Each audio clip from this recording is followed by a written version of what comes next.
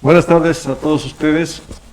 Muchas gracias por acompañarnos en estos Facebook Live que tenemos todos los martes, ya desde hace algunos meses, de la comunidad digital denominada Piensa Sano, y que, como ustedes han seguido su evolución, iniciamos con temas de gastrocirugía, después ampliamos ya a un sinfín de temas de la medicina, y ahora, como les comentábamos la semana anterior, estamos ya en una alianza estratégica con el staff médico del Hospital Central de Apizaco, precisamente porque son ellos los que nos están acompañando semana con semana, precisamente con sus conocimientos, todos médicos especialistas de primer nivel, precisamente para llevarles a ustedes esta información valiosa, que ha sido un objetivo importante de la comunidad, de llevarles datos sencillos, prácticos, para que ustedes se empoderen y conozcan más de estos problemas de salud, que sobre todo, como el día de hoy, tienen un gran impacto en la vida, en la economía de las familias.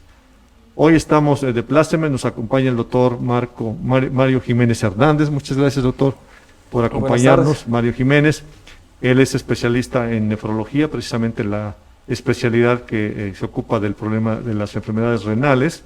Es egresado de la UAP y tiene estudios de posgrado en España, en el Hospital Clínic, tiene el aval de la Universidad de Barcelona, y trabaja en el Hospital Universitario de la Ciudad de Puebla y a nivel particular en Puebla y Tlaxcala. Así que el día de hoy nos acompaña. Gracias, doctor. Muchas gracias por la invitación. Gracias, y pues a todos bienvenidos. Vamos a platicar un ratito sobre este tema que tiene una gran importancia y relevancia en todo el mundo prácticamente. Sí, cómo no. Pues efectivamente vamos a hablar de la insuficiencia renal. Sí, un problema muy serio. Cuando le acontece a alguna persona, pues obviamente le impacta su vida, le impacta su salud y de toda la familia y su economía. Vamos a comenzar, que el doctor nos explique, digamos, cuál es la función normal del riñón, cuando podemos decir que hay una suficiencia renal, o sea, son suficientes, están trabajando como debe de ser, y cuando ya podemos definir que existe una insuficiencia renal. Ok. Pues bien, hablar de riñones es hablar de uno de los órganos más complejos. Tanto es así que, bueno, han pasado tantos años y todavía no somos capaces de poder llegar a identificar todas las funciones que el riñón genera, así como el impacto que esto va teniendo, que va repercutiendo junto con cada órgano.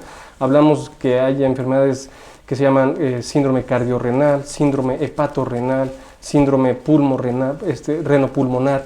Entonces parece ser que el riñón pues está interconectado en todo, y de alguna forma de ahí es importante conocer qué funciones tiene. Hay un término en medicina que, digamos, que si queremos ser un poco más científicos, se llama homeostasis, que significa equilibrar el estado de salud del medio de la célula. Y finalmente el que se encarga de mantener ese equilibrio a nivel celular, estoy hablando que la célula pues es la mínima unidad funcional que nosotros tenemos. Esta célula este riñón se encarga de mantener ese equilibrio para que la célula pueda trabajar correctamente. En términos generales, podría decirle 5 puntos que es lo que hacen nuestros riñones, ¿no? En primer lugar, pues es el control del agua corporal. Seguramente todos saben que nuestro cuerpo, casi el 70% es agua. Este 70% está repartido en diferentes áreas, dentro de la célula y fuera de la célula. Y justamente este espacio que está dentro de la célula no puede tener variaciones. En el momento que hay variaciones, entonces es cuando hay enfermedades. Por tanto, el riñón se encarga de mantener que esa cantidad de agua que hay ahí adentro no se vea afectada por ningún cambio externo, ya sea la presión que hay, ya sea la temperatura, los cambios externos. El riñón tiene que adaptarse para que justamente la célula no sufra. Es decir, él prefiere mejor recibir todo el daño y que la célula se mantenga de una manera estable, ¿no?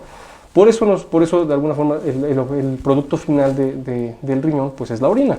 Esa orina que justamente tiene la cantidad de agua necesaria para eliminar todos los tóxicos que nuestro cuerpo va generando día a día después de que nos alimentamos. Entonces, como siguiente función es eliminar las toxinas del metabolismo de la célula, que son dos cosas añadidas, ¿no? Tiene que eliminar el agua que sobra, pero también al mismo tiempo tiene que recuperar el agua que el cuerpo requiere.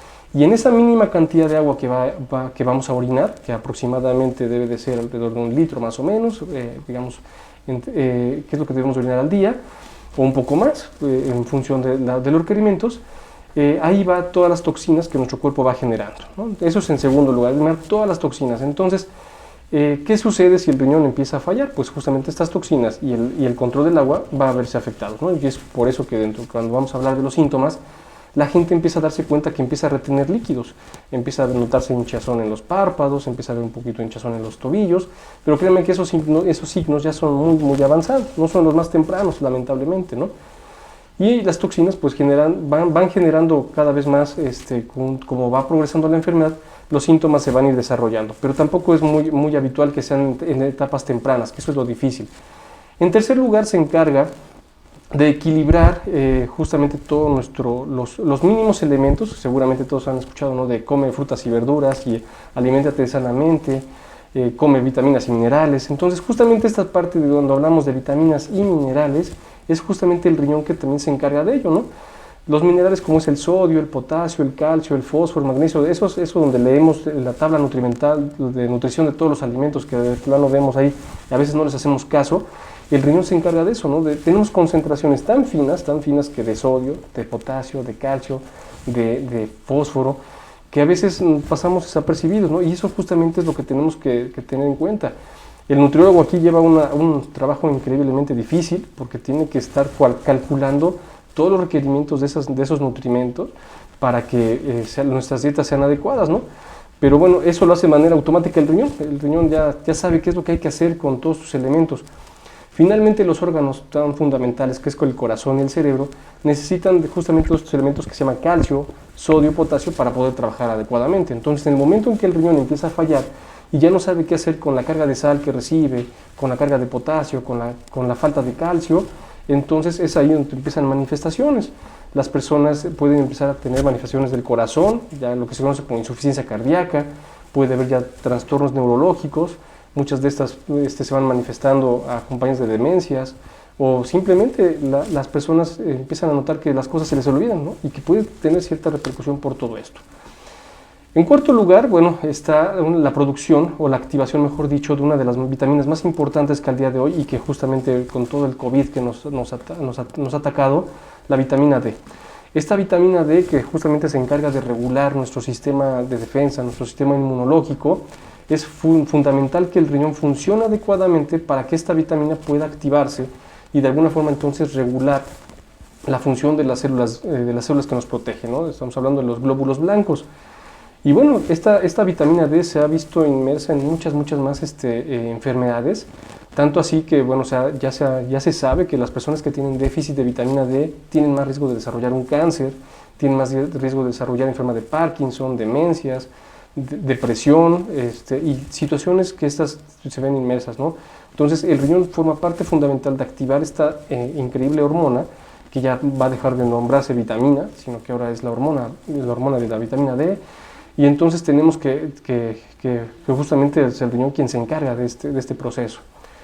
En etapas ya más avanzadas, se empieza a manifestar anemia en los pacientes con insuficiencia renal. ¿Por qué se da la anemia? Porque el riñón es el que se encarga de producir la hormona que va a dar la instrucción necesaria para que la sangre se esté renovando constantemente. Nuestra sangre se renueva cada 3 meses de una forma ya automática. ¿Y por qué? Bueno, de alguna forma necesitamos sangre nueva para que transporte ahora el oxígeno y el resto de nutrientes. Entonces esta sangre que se fabrica en los huesos, en la médula ósea, es justamente la hormona que da la orden, ¿no? Entonces los pacientes que tienen insuficiencia renal van teniendo este problema de anemia que no se detecta sino ya está en fases avanzadas, ¿no? Cuando ya todos los síntomas empiezan a aparecerse. Entonces, en términos generales podríamos hablar que esas son las principales funciones de nuestros riñones. Muy bien, pues como se dan cuenta ustedes, uno pensaría, bueno, pues el riñón se encarga de producir la orina y ahí pues intuimos que van un sinfín de sustancias que son las que sobran, pero también mantener el equilibrio de las que se quedan, ¿sí? de la cantidad de agua, de electrolitos, etcétera, para mantener lo que el doctor decía de esa homeostasis, de ese equilibrio, es fundamental porque si la célula tiene una cantidad excedente en su entorno de algo, genera un desequilibrio completo y ya vimos también un sinfín de funciones importantísimas de estos órganos vitales que son los riñones. Y entonces, cuando está funcionando bien ambos riñones, pues tenemos un paciente sano ¿En qué momento y no sabemos con qué porcentaje de daño renal ya podemos estar hablando de que hay una insuficiencia renal? Bueno, sin duda el poder tener ciertos marcadores sería lo más importante, ¿no? Tener marcadores de saber que nuestros riñones funcionan bien es el objetivo de muchas sociedades que al día de hoy están investigando, y lamentablemente todavía no tenemos un marcador que nos dé justamente la cantidad exacta de funcionamiento normal, ¿no? Cuando hacemos una química sanguínea, un laboratorio normal, pues salen algunos parámetros que seguramente muchos han escuchado, que se llama creatinina, urea, ácido úrico, nitrógeno ureico. Bueno, solamente son unas de las una de las muchas sustancias que nuestro cuerpo va generando y que somos capaces de medir. Entonces, normalmente nosotros nacemos ya con un número ya establecido de células de nuestro riñón. El nombre propio se llama nefronas. Nosotros nacemos aproximadamente como un millón de nefronas. Entonces, de alguna manera yo cuando doy las clases, bueno, porque también en este tema soy profesor de la Universidad de las Américas en Puebla, como profesor titular de nefrología y de fisiología, entonces siempre les doy más o menos la analogía. Es como una pila, tú tienes una pila al 100%, ¿no? Entonces esa pila tú naces con esa, pero puede ser de diferentes marcas, ¿no? Hay unas que tienen una muy buena carga y todo eso, pero ya la tienes. Entonces tienes toda una vida de cómo vas a aprovechar esa pila, cómo la vas a cuidar, ¿no? Es decir, si no apagas los aparatos donde la colocas, pues te va a apagar más rápido y así, ¿no? Entonces cuando llegamos ya a un punto de que la batería empieza a agotarse, es cuando vamos a empezar a darnos cuenta y vamos a querer cambiar la pila. El problema es que pues, los riñones no se pueden cambiar tan fácilmente. Entonces, es ahí justamente donde tenemos que tener el cuidado de saber ahora sí con qué marca contamos. Entonces, ahí depende mucho nuestra genética, depende mucho nuestra herencia, que nos den personas que ya han tenido antecedentes, padres, madre, hermanos con daño renal o algunas otras enfermedades que pueden dañar al riñón.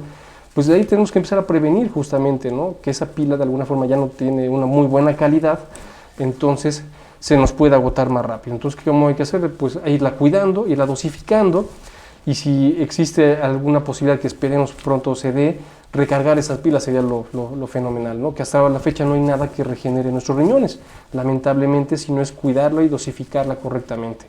Porque a partir de los 60 años se sabe ya que fisiológicamente vamos a perder la función del riñón normal, como una pila, ¿no? De alguna manera, aunque no lo usemos, se va a desgastar. Entonces, hablamos de la necesidad de tener marcadores, y en este caso la creatinina es uno de los marcadores que nosotros pedimos en las químicas sanguíneas. Y bueno, esta creatinina nos puede dar una orientación de cuánto funcionan los riñones. Lamentablemente la creatinina depende mucho de la superficie corporal de las personas. No es lo mismo la creatinina que tiene una persona de 60 años a la creatinina que tiene una persona de 30 años, o una mujer de una niña, o de un hombre a un anciano, ¿no? Entonces, esa creatinina pierde a veces un poquito digamos, de soporte que sea muy fiel para darnos la función del riñón. Entonces, es ahí donde tenemos que hacer varios estudios. Por eso cuando hacemos el análisis de la función del riñón, tenemos que tener siempre 3 herramientas: los análisis de sangre, los análisis de la orina y hacer un estudio de imagen. Esas 3 cosas tienen que tener al mismo tiempo. ¿Por qué? Porque finalmente tengo que saber qué tamaño de riñones tenemos. Todos tenemos un riñón acorde a nuestra superficie corporal. No es lo mismo una persona, usted es alto, tendría que tener unos riñones un poquito más grandes que los míos, por así decirlo. Entonces, si encontramos un riñón del mismo tamaño, posiblemente ya tengamos un daño ya ahí, ¿no? Entonces el tamaño sí aquí importa demasiado, porque tiene que ir relacionado a la superficie de la persona. Entonces eso lo analizamos con un ultrasonido, que es una herramienta muy sencilla que muchos ya, el médico general ya debería tener experiencia en su uso, ¿no? Y entonces ya referir lo más pronto posible al paciente. Luego analizaremos la orina. La orina, el examen general de orina realmente es muy sencillo realizarlo con estas tiras reactivas o ya en el laboratorio. Y aquí podemos ver si existe un daño estructural sin que todavía nos dé un llamado de alerta a nivel de sangre. Entonces, este examen general de orina tenemos que tomarlo siempre en cuenta para poder hacer nuestro diagnóstico. ¿Por qué? Porque hay varios marcadores. Podemos ver si la persona está tomando la suficiente cantidad de agua, ver si está funcionando adecuadamente, equilibrando el pH de la orina y de la sangre, la presencia de sangre misma, la presencia de otras células, pero principalmente la presencia de proteínas.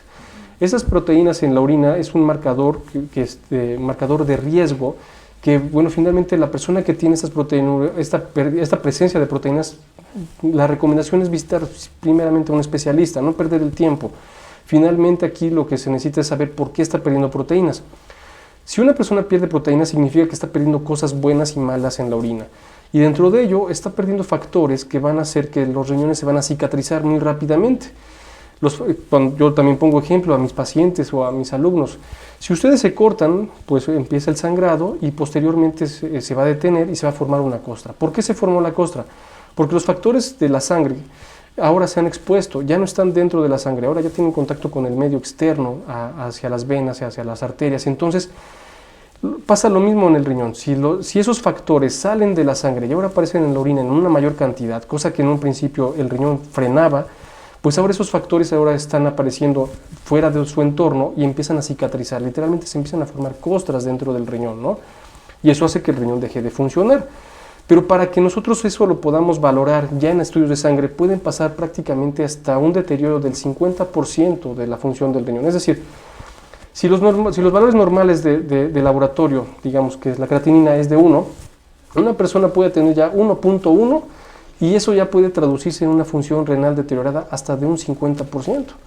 Cosa que pues es lamentable, ¿no? Porque no es lo mismo decir, bueno, tengo 1.1, apenas me estoy enfermando. No, ya tienes un daño muy importante, ¿no? Y si lo sumo ahora con la presencia de proteínas en la orina, la cosa va todavía puede ser más acelerada. Entonces, es complejo analizar la función del riñón, decir que está sano, ¿sale? Porque sí puede pasar que yo me hago mi laboratorio, tengo creatinina 0.8, pero si yo hago mis cálculos y todo, puede ser que yo no tengo tanta proteína en mi cuerpo, no tengo tanto, y eso puede traducirse en que es más, ¿no? Entonces, siempre tenemos que hacer un análisis muy, muy, muy cercano de qué tipo de persona estoy evaluando. Entonces, decir que existe un riñón sano es complejo en ese momento, ¿no? De alguna manera sí tenemos que estar checando varios aspectos, porque no solamente va a ser esto, sino ahora también tengo que evaluar si la persona no tiene alguna otra comorbilidad, si no tiene obesidad, porque también la obesidad es uno de los principales factores. En el momento que una persona ya tiene un sobrepeso, ya los riñones ya reciben una sobrecarga de trabajo. Y eso genera también que obviamente como todo se va a cansar en su momento, ¿no? Entonces esa es una parte. La otra es si empieza a tener problemas de hipertensión arterial, si tiene problemas ya de diabetes, que es justamente dentro de los principales factores de daño. Entonces es complejo de poder decir, tus riñones están sanos. Hasta que no tengamos todas esas herramientas, podemos decirlo. Muy bien, sí, gracias, doctor. Bueno, estamos escuchando que dado que son órganos muy, muy complejos, sí, pareciera muy fácil decir, bueno, pues con una prueba ya podemos saber si está insuficiente los riñones o hay una falla o no, pero aún así me parece que es importante el mensaje de una cultura preventiva, porque también, si bien son exámenes pues que deben ser analizados por un especialista, tampoco son extremadamente ni caros ni complicados, No, o sea, exacto, podemos decir ¿no? que están a la mano y deben formar parte de un chequeo permanente de todos nosotros en una cultura preventiva, es decir, bueno, pues cada año, aunque yo me sienta bien, ¿sí? Tengo que hacerme mi química sanguínea, mi biometría hemática, un examen de orina, etcétera. Entonces ahí ya, ¿verdad? En un momento dado, su médico de primer contacto puede decir, caray, estoy viendo que en el general de orina hay alguna cosa, estoy viendo que en la química sanguínea la creatinina está teniendo un poco de incremento, bueno, ya lo referirá al nefrólogo, pero bueno, entonces va ese mensaje de que no es fácil así como que decir, pues con un porcentaje tal o con una cifra tal es insuficiente, pero el mensaje para ustedes de la cultura de la prevención. Ahora, digamos que estos órganos maravillosos de los que nos estás hablando, doctor, con tantas funciones, pues entendemos que son órganos vitales, sin su funcionamiento no, bueno, hay un desequilibrio completo del organismo. ¿Y cuáles son las causas más conocidas que se sabe científicamente dañan a los riñones progresivamente? Bueno, como lo estábamos comentando, lamentablemente casi yo puedo decirles, los libros de medicina, pues más o menos normalmente son así, ¿no? Entonces, pues todas las enfermedades que están estudiadas ahí, en un momento le van a dar al riñón, ¿no? Entonces, es prácticamente el 95-99% de enfermedades en un momento pueden tener una afectación del riñón. ¿Cuáles son las causas más habituales que tenemos? Lamentablemente las tres primeras causas, nosotros como país tenemos ese riesgo. Digamos, estamos en los primeros números del mundo. Uno de ellos, de hecho, justamente en el 2013, que fue cuando fue más impacto de este tema, el registro nacional en Estados Unidos mostraba a México como el primer país en el mundo con insuficiencia renal crónica. Es decir, que ya había un daño, ya sea en forma de proteínas, o que los riñones estaban chiquitos, o que ya a nivel de sangre ya había un deterioro. Es decir, ya hay un daño establecido y conocido. Pero el problema aquí no es eso, que ya estamos en primer lugar del mundo, sino que el problema es que los datos que tomó Estados Unidos solo venían de Jalisco. Entonces, ponen a Jalisco como México, cosa que pues, de alguna forma Jalisco no representa todo lo que es nuestro país, ¿no? Entonces, de ahí hay una alarma importante, porque de ahí se viene todo eso de buscar cuáles son las causas más frecuentes, ¿no? Yo, bueno, como comentaba el doctor, al inicio yo hice mi especialidad en España, entonces ahí obviamente la gente es mayor, la gente sí es más hipertensa, más diabética, más de obesidad, ¿no? Entonces esperamos que la insuficiencia renal crónica sea en gente mayor, de los 55, 60 años, ¿no? El problema es que aquí en México eso no sucede. Aquí las personas que tienen daño renal son gente joven, que tenemos un promedio de entre los 35 a los 50 años, ¿no? Entonces, tenemos que buscar cuáles son las causas más frecuentes. Nosotros pensaríamos que es la hipertensión arterial, que es el problema de la diabetes o que es el problema de la obesidad. Pero lamentablemente la región del centro del país hacia el sur lo que es Latinoamérica, estoy hablando prácticamente de todo lo que es Centroamérica y la parte alta de Sudamérica, tenemos un problema, y es que ahí va creciendo la insuficiencia renal. No se han identificado como tal causas muy específicas, hay teorías. Se sabe que de momento pues estas personas que trabajan en el campo, que están mucho tiempo expuestos al sol, con una muy mala hidratación, o que también el agua que se bebe también no es de muy buena calidad, puede poner en riesgo la formación el deterioro de la función de los riñones, ¿no? Tanto así que la dieta, ¿no? No quiero espantar a nadie, pero bueno, nuestra dieta, que es rica en picante, en lo que es el chile, también se ha demostrado que cierto tipo de chiles puede llegar a cristalizar dentro de los riñones, y esto puede estar generando también un problema. Entonces, bueno, finalmente son muchas causas. Sin duda alguna, la alimentación es una de las principales. Una mala alimentación puede llevarte a ser obeso, a ser hipertenso, a ser diabético. Entonces, nuestra mala alimentación, que va enfocado a una gran cantidad de azúcares, una gran cantidad de sal, y bueno, de alguna forma la comida muy conservada. Hoy en día pues nuestra alimentación viene de esto, ¿no? Tenemos poco tiempo y compramos lo que viene del refri, lo congelado o lo que viene enlatado. Entonces todo eso es una sobrecarga de trabajo para nuestros riñones. Como les explicaba al inicio, nuestros riñones tienen que eliminar agua y eliminar toxinas. Entonces el problema es que cuando nosotros eliminamos más toxinas que agua, ahí viene el problema, porque este riñón se empieza a sobresaturar. Y entonces, si no tenemos adecuada cantidad de líquido, pues ahí viene también un daño. Entonces, la cantidad de agua sí que es bien importante, ¿no? Luego me preguntan, ¿por qué tenemos que tomar, oye, cuántos litros de agua tengo que tomar al día? Digo, pues tenemos que tomar la cantidad suficiente para producir lo que el riñón debe de producir a la hora. Nosotros habitualmente sabemos que el riñón debe de producir alrededor de unos 120 mililitros por hora. Entonces, prácticamente yo les puedo decir que deberíamos estar tomando por hora 120 mililitros de agua, ¿no? Entonces, si lo sumamos a los 24 horas, ya nos dicen por qué tómate mínimo 2 litros y medio de agua, ¿no? Entre 2 litros y medio. Es ahí, digamos, la equiparación de por qué de tomar este líquido tan vital. Y es por hora. No sé si se dan cuenta, no es así de que pues tómate los 2 litros, no me dio tiempo de tomar agua en la tarde, pues ya lo tomo en la noche. No, pues ya no funcionó, ¿no? Entonces, el decir cuáles son las causas más frecuentes, yo creo que tenemos que hacer una búsqueda y finalmente ver lo que estamos comiendo, cuál es nuestra dieta. Finalmente nuestra dieta ahora depende de muchos químicos. Verduras, frutas que compramos en los supermercados pueden ya venir contaminadas, ¿no? Ya tiene ese color bonito, rojo brillante, ¿no? En un jitomate, pero pues finalmente no sabes en qué le han puesto, qué le han dado para que crezca así de bonito, ¿no? Que es el que te vas a llevar, porque prefieres comprar ese que chiquito, que está arrugadito, ¿no? Entonces por la presentación se va, ¿no? Sucede que también en España y en otros países nos tocaba ver cómo la gente despreciaba ese tipo de jitomates, los tiraba literalmente los supermercados a la basura por ese tema, ¿no? Entonces, pues viene todo ese tipo de cultura.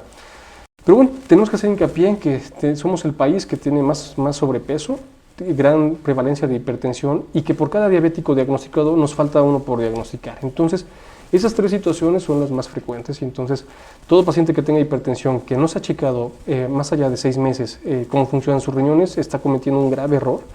Entonces es importantísimo, todo paciente diabético hipertenso mínimo una vez al año tiene que tener un análisis completo, ¿no?, de toda la función y sobre todo de los riñones.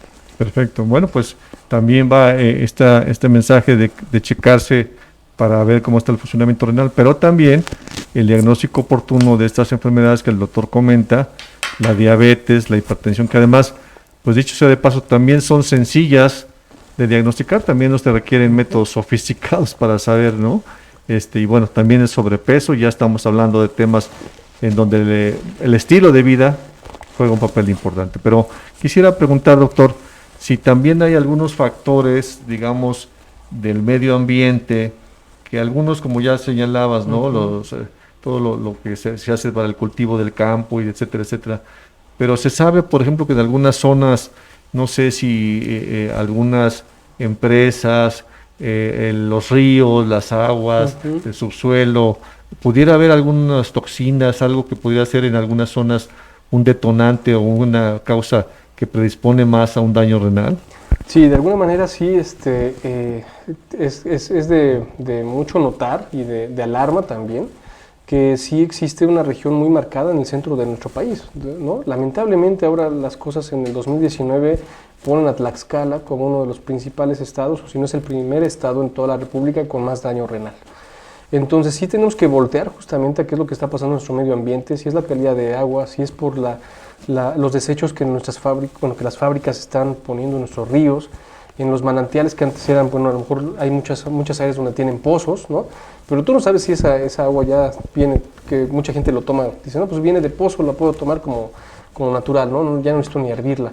No sabemos, porque yo creo que hasta ahora, hasta apenas en 2018-2019, la Academia Nacional de Medicina ya sacó un plan para poder ponerlo en marcha para la detección oportuna de esta enfermedad principalmente, pero el tema es que, bueno, finalmente el apoyo del gobierno hace mucha falta para poder determinar justamente eso, ¿no? Las empresas privadas, todo esto, y más ahora que, bueno, lamentablemente, y tengo que decirlo, yo soy miembro del Sistema Nacional de Investigadores, estoy como nivel candidato, tengo ya más allá de casi 26 publicaciones en todo lo que llevo en mi carrera. Y bueno, yo formo parte de la Universidad de las Américas Puebla como institución privada y nos han retirado los fondos de investigación. Entonces, no porque estemos en una parte de investigación privada significa que tenemos todos los recursos, ¿no? Finalmente, esto está mal.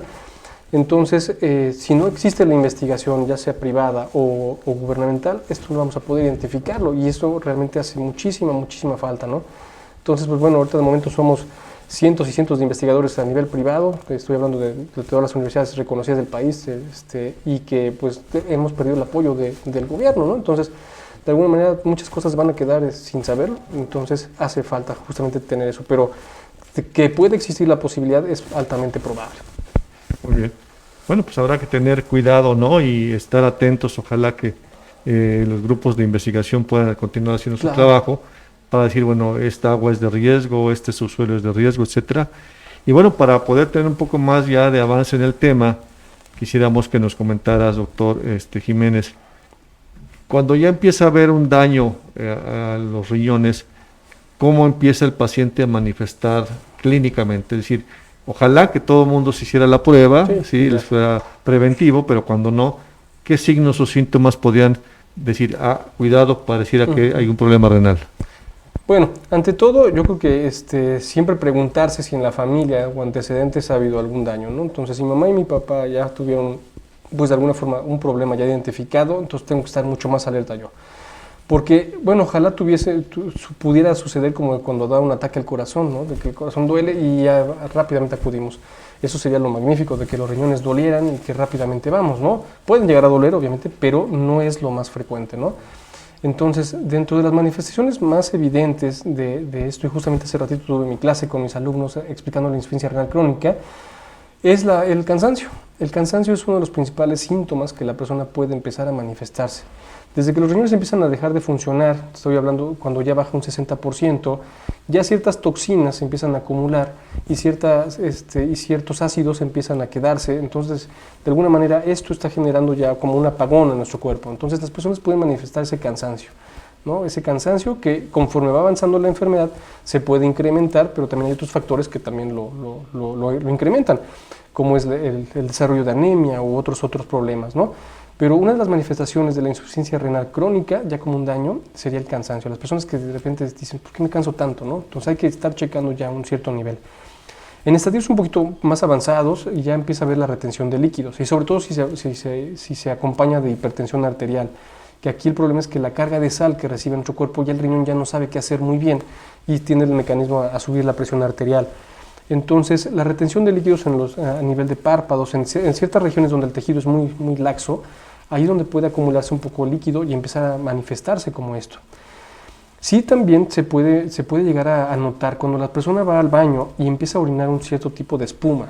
Ese sí es un principal daño. Yo empiezo a ver espuma y me tengo que hacer una alarma, ¿no? Porque de hecho la espuma es la manifestación de la pérdida de proteínas en la orina. Entonces este sí sería como digamos el tip, ¿no? Yo empiezo a notar que alguien empieza a orinar espuma, vámonos rápido, vamos a revisar qué es lo que está pasando, ¿no? ¿Qué otra cosa puede manifestarse ya en etapas? La falta de apetito, además del cansancio y la presencia de náuseas. Cuando empieza a haber cansancio, falta de apetito y náuseas, la situación ya llega a ser avanzada, pero son los síntomas más frecuentes. Entonces, cuando llega a suceder eso, bueno, tenemos que hacer un diagnóstico diferencial entre trastornos digestivos, ¿no? por ese tipo de problemas.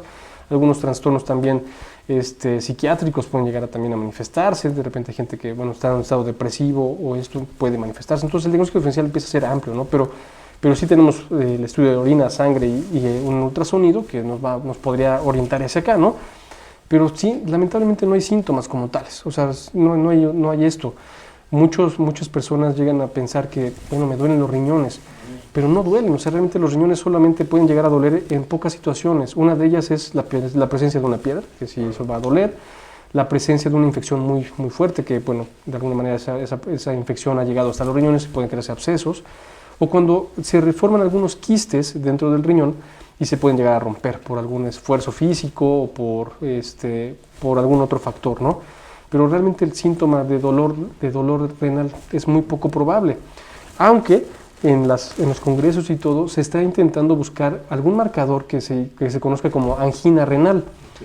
Como tenemos así angina cardíaca, ¿no? De que empezamos con el dolor, también puede haber marcadores que nos den la pauta de que el riñón está sufriendo, pero eso todavía está en desarrollo. Entonces, si tuviéramos esa dentro de nuestra batería de estudios diagnósticos, puede ser que ese marcador esté más tempranamente apareciendo en sangre y darnos cuenta que esperemos a que suceda todo ya como hallazgos, ¿no? Entonces todavía falta, pero lamentablemente no hay síntomas como tales muy directos. Y cuando se presentan y es que ya hay un estado Exacto. avanzado, ya va avanzando, exactamente. Perfecto, bueno, pues ustedes han escuchado ya estos signos que, como dice el doctor, no son característicos, pero van dando pauta al cansancio, la pérdida del apetito, la náusea, etcétera.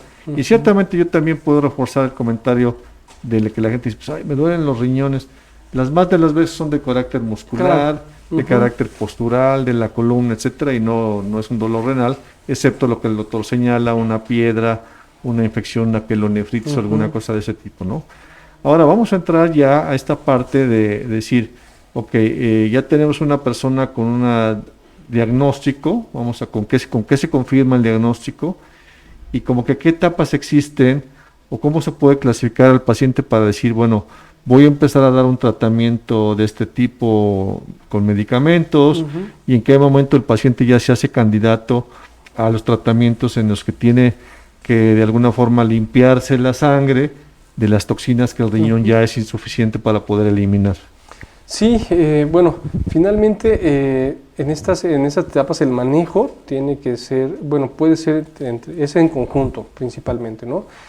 Ya les comentaba yo que sí tenemos que intentar determinar bien en qué estadio estamos. La enfermedad renal se divide en 5, a partir del 3 ya requiere un manejo de especialista, que estoy hablando que ya la función del riñón está por abajo del 60%.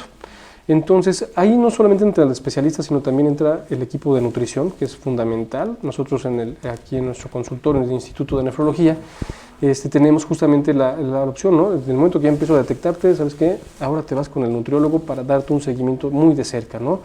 Eso aparte fundamental porque finalmente eso es lo que puede ayudar a que la situación se mantenga o pueda progresar muy rápido. Y en esta situación del estadio 3, que estoy hablando de menos 60%, entre 60 y un 30%, ahí es donde empezamos a valorar qué factores de riesgo puede hacer que progrese la enfermedad, ¿no? Entonces acá tengo que buscar si es el sobrepeso el que está dándome daño, entonces vamos a bajar de peso. Si la persona sufre de presión arterial, tenemos que controlarla lo muy cercano, que no se nos escape. En ese momento empezamos a utilizar otras herramientas, no solamente los baumanómetros de consultorio, sino tenemos que ir a lo mejor a estudios un poquito más específicos, como es el monitor de 24 horas de la presión arterial. Vamos a ver cómo se comporta la presión durante la madrugada, ver qué diferencia hay, y son otros instrumentos, cuál es la presión que hay desde aquí del corazón hasta la parte más periférica, para poder determinar justamente cuál es la región más, digamos, cuál es el pronóstico de que esta enfermedad circulatoria pueda ir progresando, ¿no? Y bueno, si tenemos problemas del azúcar, detectarlos lo más rápido posible, y bueno, finalmente también valorar qué tipo de situaciones tienen, ¿no? En estas etapas somos muy dados a la automedicación, entonces cuidado con ello, ¿no? Ya las personas que de repente empiezan a automedicarse, que porque le duelen las rodillas o porque tómate esto para que se te quite el otro, hay que tener mucho cuidado porque el riñón ya es muy sensible por lo cual puede hacer que esto progrese más rápido. Asociado a eso, pues los remedios caseros, hay que tener muchísimo cuidado con eso, ¿no? Con todo lo que son las hierbas y de repente todos medicamentos que son los que curan todo, ¿no? De alguna manera sí tenemos que tener cuidado porque no sabemos cómo va a reaccionar. Finalmente, el tema es que tus riñones han enfermado, tienes una predisposición, porque créanme que los riñones aguantan y aguantan mucho, pero en el momento que empiezan a deteriorarse es porque de alguna manera ya todas sus defensas ya las utilizó, ¿no? Entonces, ese tipo de cosas sí tenemos que cuidar. Y sobre todo también el médico debe de conocer que si existe cierto daño renal, todos estos medicamentos pueden llegar a perjudicarlo. Entonces hay que ajustar las dosis en función de cuánto sirven nuestros riñones.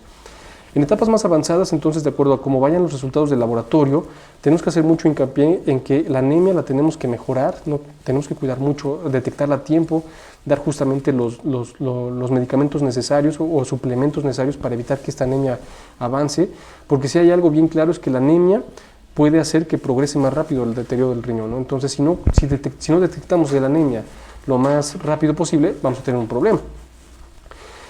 En esta etapa también la dieta, que por eso es el tema del nutriólogo, es que justamente tenemos que cuidar mucho el tipo de alimentación. ¿Por qué? Porque nuestro riñón va a empezar a acumular toxinas que ya no vamos a poder a eliminar tan fácilmente.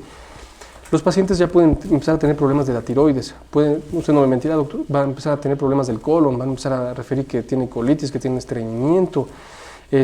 Finalmente todo esto generará que exista un retraso en el funcionamiento de nuestro cuerpo y obviamente tenemos que ir por partes. Literalmente vamos como que parcheando o curando cualquier cosa, ¿no? Tiene estreñimiento, tenemos que evitar el estreñimiento. Tiene diarreas, vamos a intentar buscar cuál es la causa de diarreas. La anemia, controlamos la anemia. Todo eso, o sea, son como situaciones, pero que tiene que ser un conjunto, entonces tiene que ser visto esta enfermedad como sistémica. Finalmente no hay un tratamiento que regenere el riñón ahora mismo, ¿no? Ese es el tema. Que no hay algo que yo dé un medicamento, ojalá lo existiera para que el riñón mejorara. Yo tengo que hacer el diagnóstico oportuno. Si hay enfermedades autoinmunes, es decir, si son enfermedades sistémicas, que también a lo mejor eso me faltó hablar cuando hablamos de las causas, también existen enfermedades en donde tu cuerpo se autoataca, ¿no? Se llaman enfermedades autoinmunes. Nuestro cuerpo ha perdido ese control de regulación y empieza a atacar tu propio riñón. Entonces, sí, el diagnóstico va enfocado justamente a tratar la enfermedad que lo está causando, ¿no? Entonces, infecciones pueden estar presentes, presentes las enfermedades autoinmunes, el cáncer es uno de ellos también. Tenemos que siempre pensar en una persona de 50 años que empieza a orinar espuma, pues justamente puede ser un cáncer el que esté siendo la causa del daño al riñón y hay que buscarlo. Entonces no es normal que una persona de 50 años empiece a orinar espuma, a más si no es hipertenso, si no es diabético. Entonces el cáncer puede ser una manifestación de daño renal.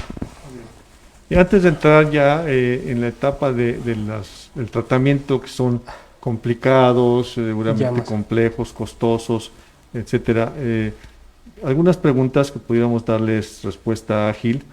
¿No existe como tal un estudio para un diagnóstico temprano de este problema renal en niños y adolescentes? O en algún... Yo daría que el diagnóstico temprano basaría en lo que es un ultrasonido renal y en el examen general de orina. Eso sería lo fundamental que deberíamos de tener todos, para etapas muy tempranas.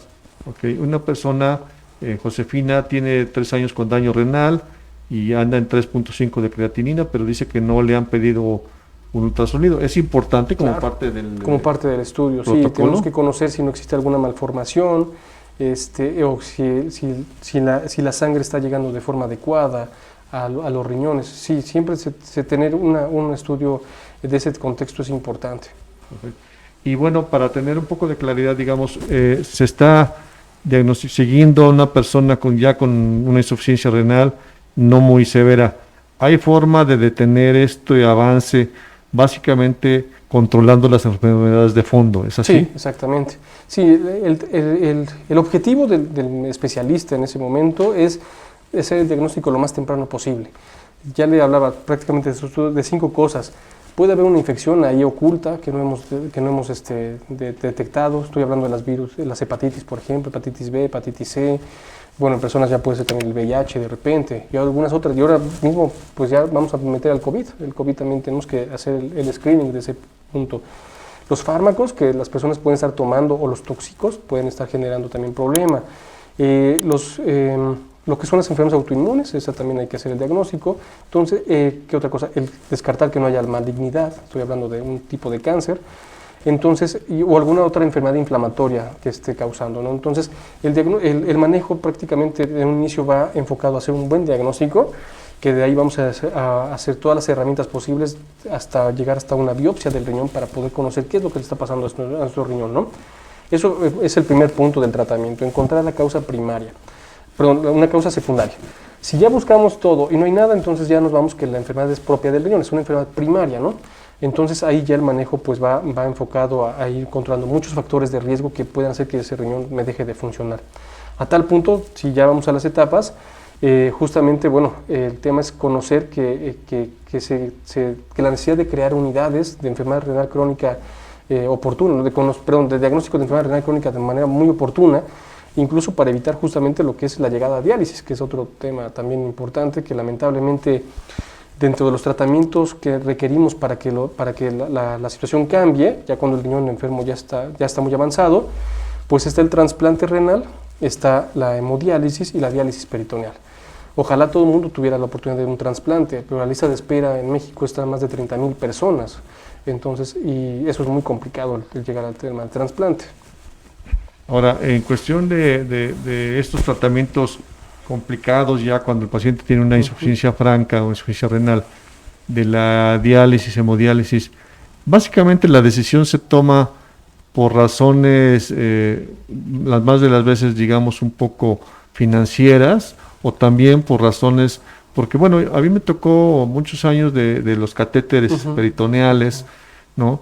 Y después decían, bueno, esto es temporal, en lo que se hace una fístula arteriovenosa para la hemodiálisis famosa, pero después ahora he visto que hay pacientes que se quedan con la diálisis peritoneal. ¿En qué consiste uno y otro? Finalmente los dos tratamientos son igual de efectivos, tanto la diálisis peritoneal como la hemodiálisis son dos tratamientos de destrucción renal.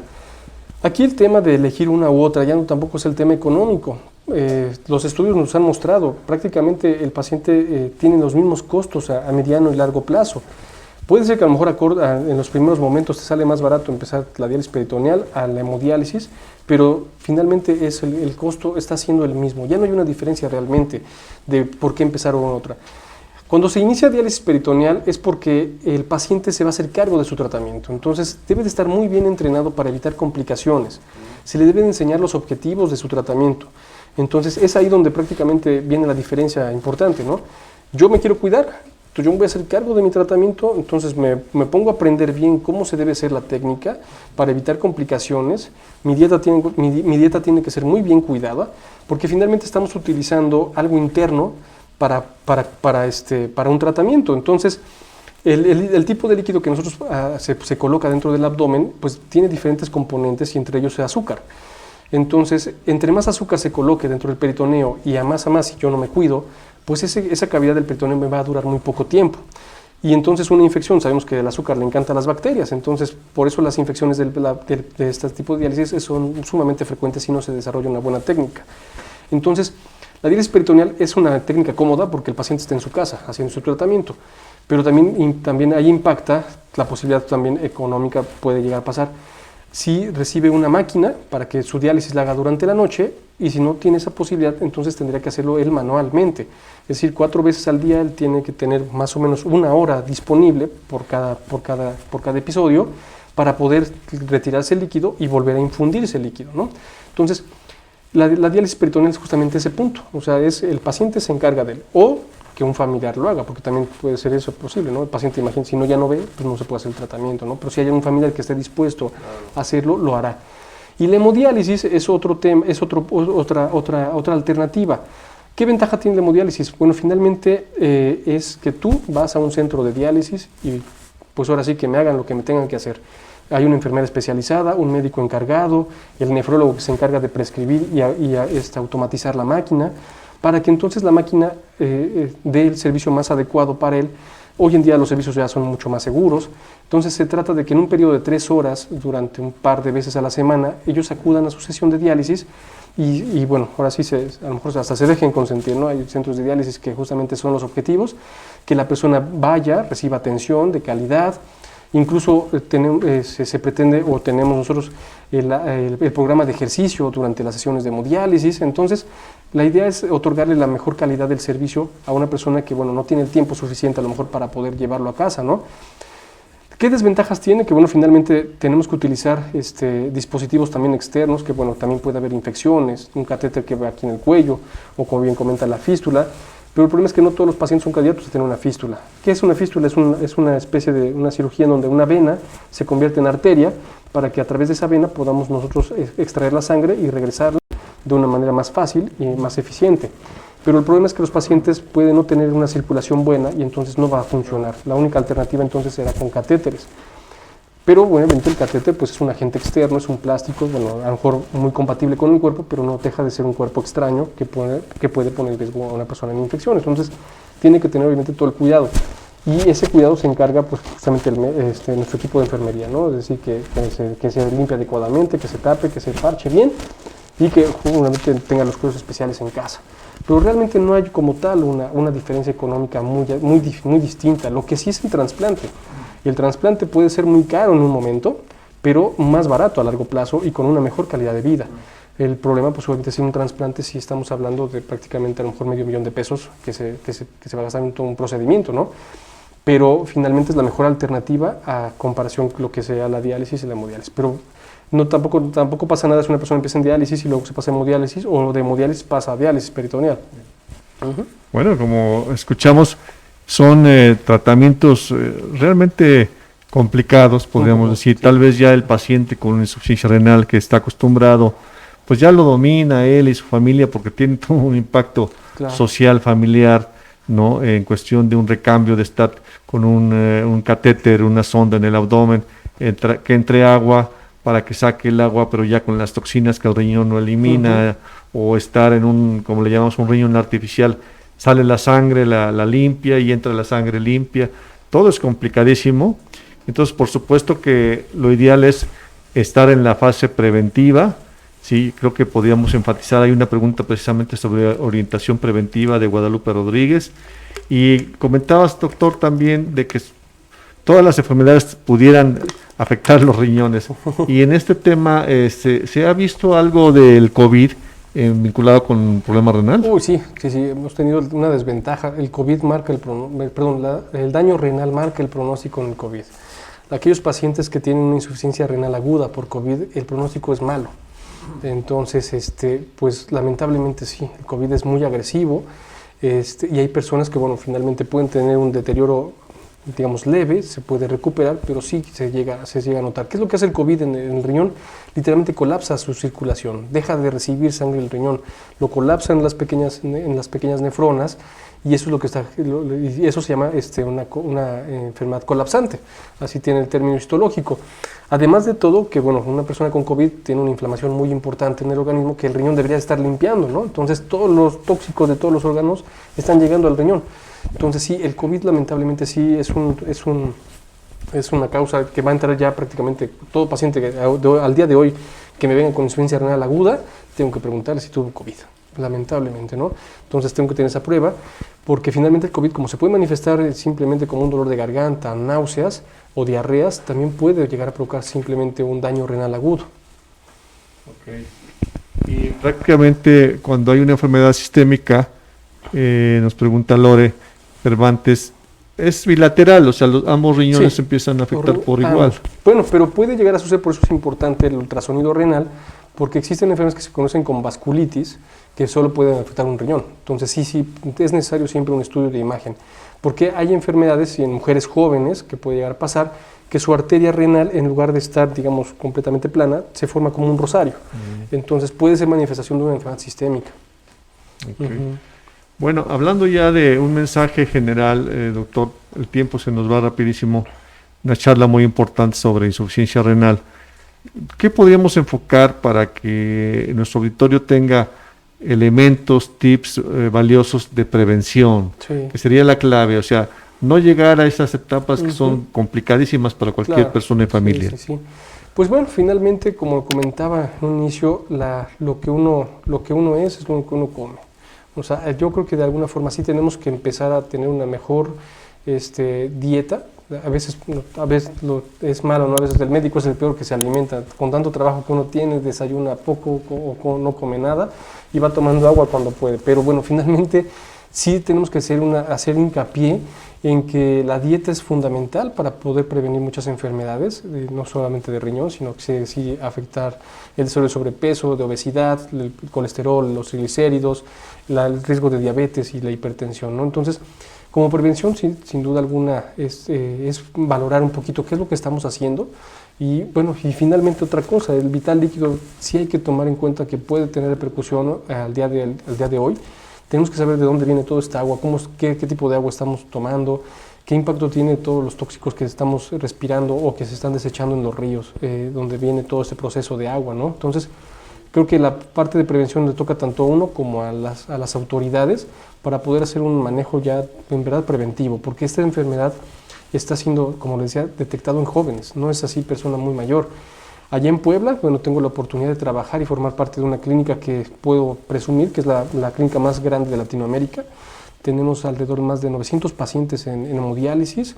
La clínica se llama Médica Santa Carmen, es de todo el país, tiene varias unidades. Y ahí se pretende trabajar con mucha calidad, ¿no? Es de lo que se está haciendo. Pero el tema aquí es que lo que estamos recibiendo de ahí son jóvenes. Pacientes jóvenes entre los 30, 40 años, entonces hay que diagnosticarlo lo más pronto posible. Y ahí incide menos diabetes, hipertensión y hay otras causas. Y es otras causas, ¿no? Entonces tenemos que buscar, muchos llegan con diagnóstico de que los riñones no se formaron bien, ¿no? Entonces por eso, como comentaba, es fundamental que todos tengamos una prueba de imagen, un examen general de orina desde kinder, primaria, sería una parte muy importante. Perfecto, bueno, pues ustedes, plática que nos queda el mensaje de que mucho es de autocuidado de la salud, mucho es de cultura de nosotros, de la alimentación, del ejercicio, de la hidratación, pues cada órgano que tenemos es valioso y es único y depende de nosotros, ¿verdad? ¿Qué trato le damos? ¿Qué vida le damos? ¿No? Como dicen muchas veces, somos lo que comemos, somos lo que hacemos. Entonces, bueno, creo que ahí está la parte preventiva. Quiero agradecerle al doctor Mario Jiménez Hernández, nefrólogo con una gran especialidad y capacidad para explicarnos. Él es académico, formado en el extranjero y que además trabaja en una clínica prestigiada con renombre en Latinoamérica, que además también queremos comentarle que él está ya en un avance en alianza con el Hospital Central de Apizaco para precisamente tener ya también una unidad de hemodiálisis, porque pues obviamente, como se señala, el centro del país y Tlaxcala son de los primeros que tienen indicadores elevados, ¿no? Así es, sí. Estamos a las órdenes, estamos aquí para cualquier cosa que se nos ofrezca, y bueno, pronto tendremos el servicio para poder otorgarlo de la mejor calidad posible. Muy bien, y si quedó por ahí alguna pregunta, quisiéramos que nos dejen ahí su correo para tener la atención de darles algún detalle adicional. Preguntaban ahí sobre alguien que tiene un catéter y que tiene por ahí alguna pequeña molestia. Bueno, para no hablar en algo muy específico, si nos deja por favor Laura Espino su correo, con mucho gusto haremos contacto con usted. Y bueno, pues agradecerles a ustedes siempre su amable atención, sí, por escucharnos en el Facebook Live, que ahora podemos decir el Hospital Central de Apizaco en conjunto con la comunidad Piensa Sano. Llevamos para ustedes todos los martes con médicos del staff del hospital prestigiados para llevarles información de valor. ¿Sí? La próxima semana ya tenemos un tema importante, lo voy a anunciar, es sobre homeopatía, la medicina homeopática, que también, bueno, pues tenemos que dar cabida a todo, y es un médico que, bueno, obviamente tiene su carrera de medicina y después de homeopatía, para ir contrastando también la medicina alopática con la medicina homeopática. Doctor Jiménez, muy amable, gracias por acompañarnos. Muchas gracias por la invitación, muy contento, y pues estamos a sus órdenes. Pues a todos ustedes muy amables, y vamos a seguir en contacto. Quien, repito, tenga alguna pregunta, deje su correo, estaremos en contacto con ustedes, y los invitamos a que nos sigan en redes sociales. Buenas tardes a todos. Gracias, hasta luego. Gracias.